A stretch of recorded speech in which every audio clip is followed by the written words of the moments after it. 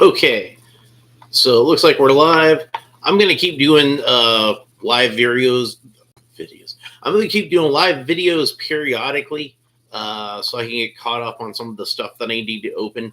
I just got this from Amazon today. This is Mego's Green Arrow. This is the modern version of him, and we'll have a look at the artwork. It's the same picture on the front and the back.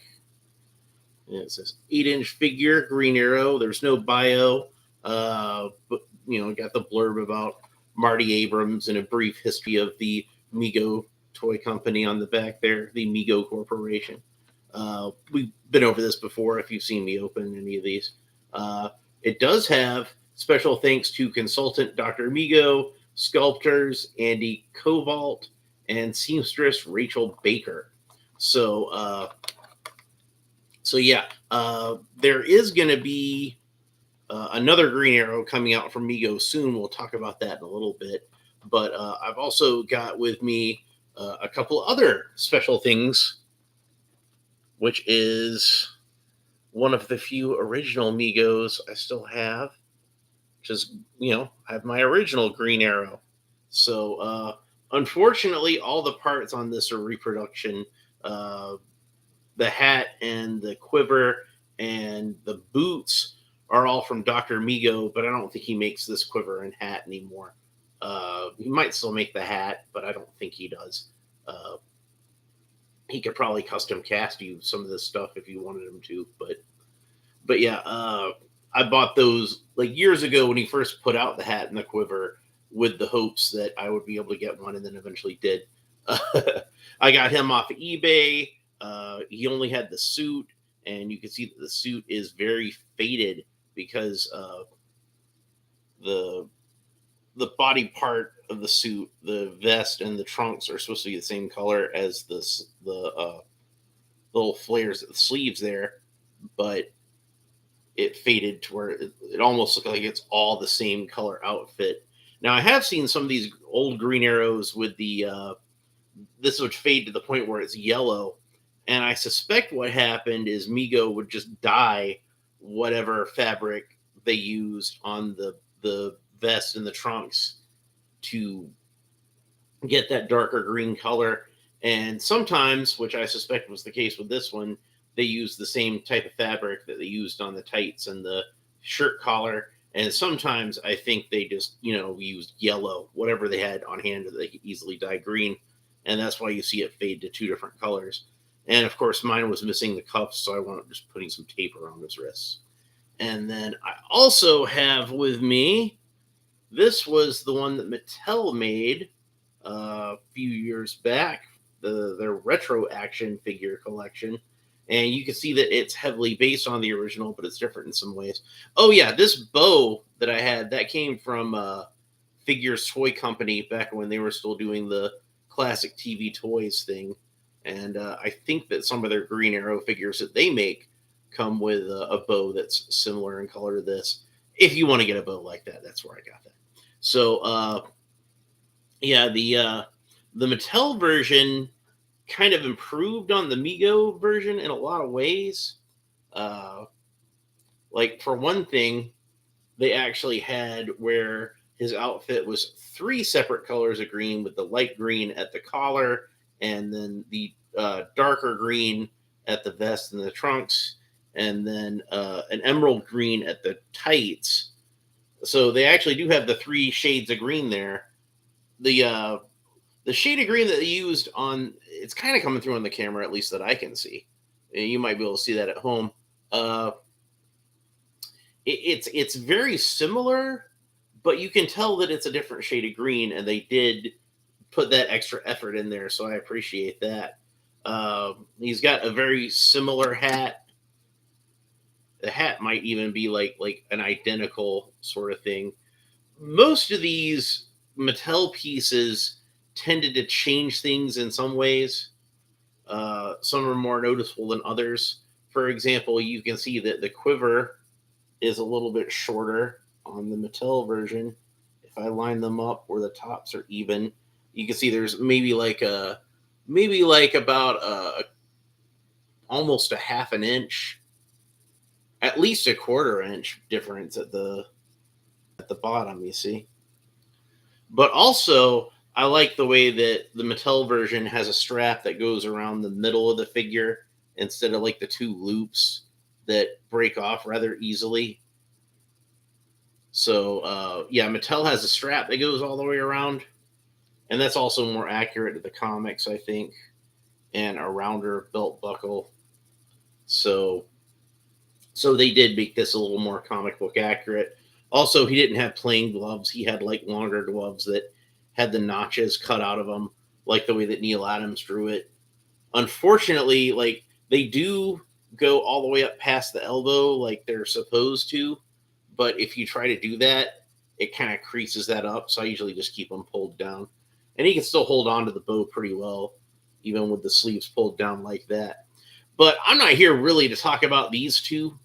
I just kind of have them as a little bit of a bonus, and wanted to just give a little bit of an introduction to the history of Green Arrow as a Mego figure. Obviously, that's just the two that I have on hand. There were Mego type figures that Classic TV Toys did, where they did reproduction Megos and their own sort of tweaks on the figure, where they tried to make him look a little more comic book accurate in some versions or whatever.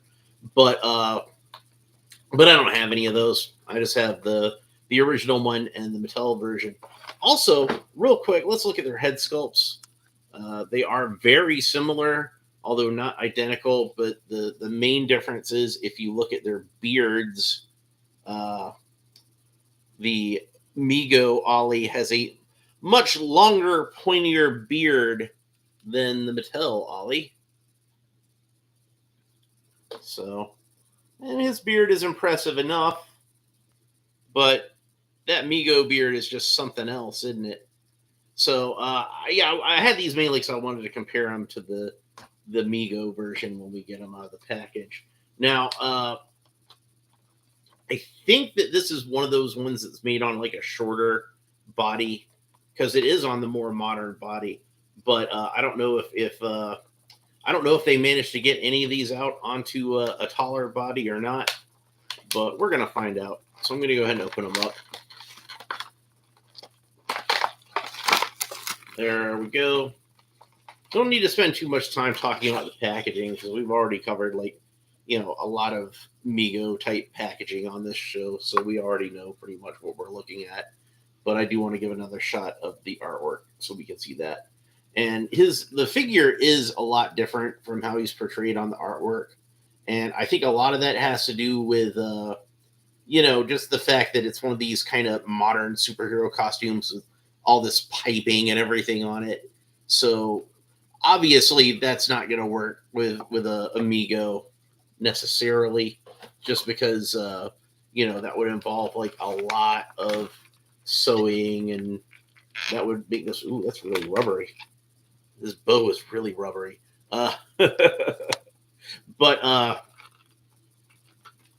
yeah, like I kind of feel like with this, Mego was less trying to do like a New 52 or Rebirth or whatever this is type of Green Arrow, and more just kind of doing their own take on a modern Green Arrow. And frankly, I like that better than I think what they could have possibly come up with if they had have tried to replicate the way the costume looks in the comics. So the head sculpt again is very similar to that original Mego head sculpt. Let's have a look at it without the hood. And there we go. There's that original one. And again, like with the Mattel version, his beard is not quite as pronounced, not quite as long, not quite as pointy. So this is a head sculpt that is definitely based on that original. Maybe if I fold it inwards, that'll keep it from popping up while I'm showing off the head. It's definitely based on that original Mego Green Arrow, but it's not exactly the original Mego Green Arrow. So I'm gonna grab one of the 40th anniversary figures here. We got Superman, and I just want to compare their height. So we're gonna line them up so their feet are lined up. And you can see that Green Arrow is indeed like a little bit shorter than Superman. See where their shoulders line up? So this is the slightly smaller body. Now, Mego obviously has fixed the problem with the height of the bodies because these are now a good height. But hey, Green Arrow can bend his knee 90 degrees. So that's something, isn't it? So anyway, in the package, his glove cuffs got pushed all the way up. But when I see them in the pictures, they're always pulled down. So I'm going to go ahead and pull them down because I'm pretty sure that's how that's supposed to be designed. So unfortunately, as often is the case with fabric hoods, it wants to kind of bunch up and kind of like levitate above his head. And I keep trying to press it down and it'll keep popping up. So I think what I'll do when I'm done with this video is I will probably take like just a little bit of double-sided fabric tape and put it on the top of his head and then just kind of press the hood down, and that should hold the hood about like this. I think that's about good. So that should be fun. So I want to try something else. I'm going to borrow the hat off of my original Green Arrow, and we'll see how the modern one looks wearing the hat. And he looks pretty good in it, but I gotta say, this Green Arrow head is a little bit smaller than the original one, just ever so slightly. So whereas like this one, I could get to kind of get to where the hat kind of pinches on his head. It's just kind of tight enough to fit on his head. But since that one's head is just a little bit smaller, it doesn't quite want to go on. If you get this hat on here just right, it'll stay on there really well.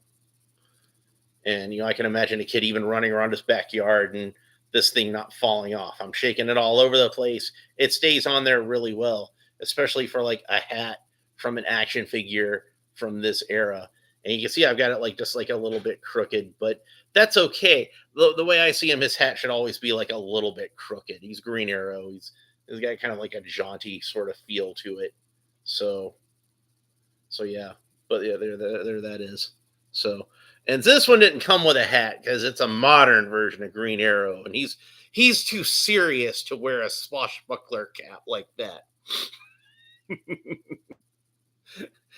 It's not realistic for a guy who runs around in the modern day shooting arrows to have a Robin Hood cap. That's just silly. So his arm got kind of twisted around in like a weird way in the package. So I'm going to get that up there. Good range of motion on those arms. The arms have like more of a 90, even more than a 90-degree bend to them, and that's good. So there we go. And the quiver on this one is based on the old Robin Hood quiver, and mine got a little bent up, but I could probably fix that later on with like a hair dryer and see if I can get it to straighten up. That's probably just from it being in the package. There we go. Love those hands with the trigger finger. These great grippy new Mego hands. They're fantastic. These boots to me look like they're the God, what was the Andorian from Star Trek? Like based on the Andorian boots. So they got the nice little flair to them. That's another difference between this one and the new 52 and later versions. Again, Buccaneer boots are just too silly. We got to have like modern boots with all kinds of piping and lines and everything on them because that's like way more realistic, I guess. But no, they gave him the classic Buccaneer boots on here. He looks really good. So I like this costume because, like I said, it's kind of based on like the modern type of Green Arrow, but at the same time, it's got a lot of old school sort of flourishes to it. And that's what made him really cool to me and made him really appealing and made me really want to have this figure. So I like the way that they painted the straps on the arms there. That's really cool. It gives like a little bit of extra detail to it. It does give it a little bit of that Neil Adams flavor with the longer gloves like I was talking about. But at the same time, since it's just kind of painted on his arm like that, it doesn't necessarily compromise the articulation. I don't have to worry about him sliding up and down or anything like that. So that's cool. He's got a Velcro closure in the front of this tunic. Uh, it looks like it's just a tunic and pants. There's no undershirt or anything like that. So, and then we've got this belt, which if we go back to our original Mego, we can see that the belt is very similar to the belt that's attached to the quiver on him, but obviously quite a bit thicker. I think that this is from another figure, but I can't remember what figure it is. But it would have been one of the later ones, obviously, because that was when they started doing buckles like this. But it looks really cool, and he's got a G that's like printed on there, and then he's got black pants, which that's more of a modern thing. Like you remember if you watched my review on the McFarlane Green Arrow figure, that that one had black pants, and I said I wish he had green pants because I'm used to him having like, like that Neil Adams outfit where it's like all green and various shades of green. And if I were designing this, I probably would have given him green pants also. In fact, probably what I would have done is I would have made the tunic and the boots like a darker shade of green than this, like more of like a forest green, and then had this shade of green be the pants, and still keep that shade of green for the belt and the quiver and the gloves, and I think that would have looked really cool. So, and then last but not least, we have his bow because can't have Green Arrow without a bow. And this one is very similar to the classic TV Toys version because they're both based off of that Robin Hood mold. But this one is quite different in a lot of ways, and we're gonna get into that. So it's got a DM marking on there, which leads me to believe that this is indeed from the same mold that Dr. Mego's Green Arrow or his Robin Hood bows are from.